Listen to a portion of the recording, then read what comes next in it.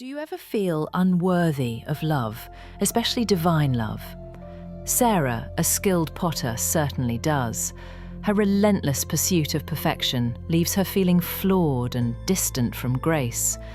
But tonight, in her pottery studio, she'll stumble upon an ancient secret. Witness Sarah's journey and discover how imperfections can become the very places where love resides and transforms us.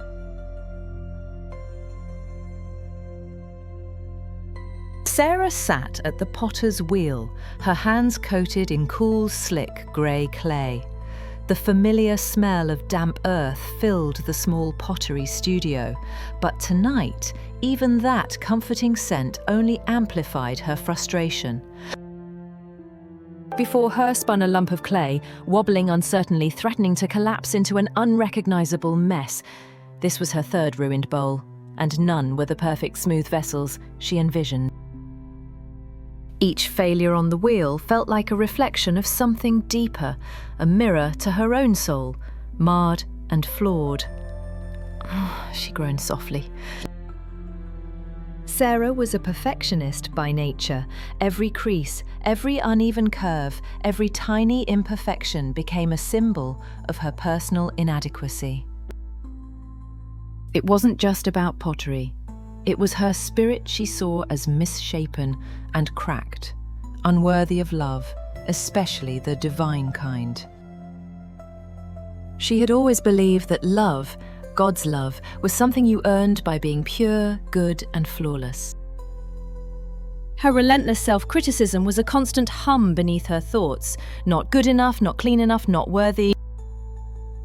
This anxious voice wrapped tightly around her heart like an iron band. She gasped for air. Suddenly, a soft voice broke through her spiraling thoughts. "You're fighting it."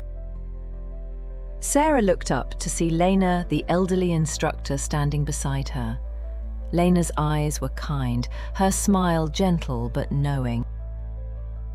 "Clay has its own ideas," Lena said, nodding. Toward a nearby shelf, on it rested many finished pieces.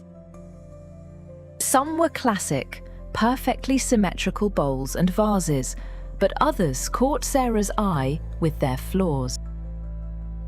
Like a tall vase leaning ever so slightly to one side, or a coffee mug with a cracked glaze running like a delicate web across its surface. "We call this wabi-sabi," Lena explained softly. "It means finding the beauty in imperfection." Sarah's gaze lingered on a small cracked bowl where the dark glaze had pooled in the fissure, turning what might have been a flaw into the most captivating part of the piece. It sparkled with a unique character, born from its imperfection. A strange feeling stirred inside Sarah, a feeling she hadn't expected. Lena's words seemed to open a small door in her heart. Up until now, she had only ever sought to create and be perfect.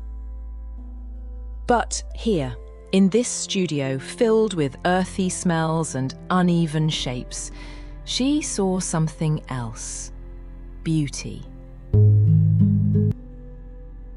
She realized she had been trying to hide her own cracks from God, masking her anxieties under layers of self-judgment.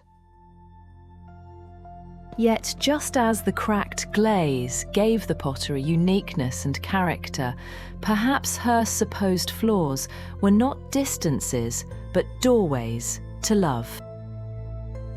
Turning back to her lopsided bowl on the wheel, Sarah no longer saw it as a failure. Instead, she saw something with character, a story to tell.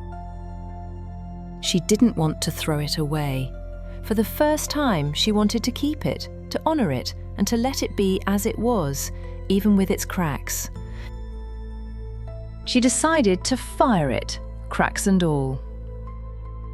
As the kiln slowly heated behind the studio walls, the anxious pressure inside Sarah's chest began to soften. The relentless voice of self-criticism quieted, replaced by a fragile hope. the iron band loosens more and more. Thoughtful. Maybe, she thought, she doesn't have to be perfect to be held by others or by God. Maybe it's in the cracks, the imperfections, that love finds its resting place. The cracks are not signs of failure, but marks where grace settles, where divine love leaves its unique signature. Sarah looked down at her work, The Imperfect Bowl, and found a new kind of beauty in both the clay and her own spirit. And for the first time, she felt truly worthy. She smiles peacefully, a few tears glistening in her eyes. She is now determined to bring that beauty into everything she does.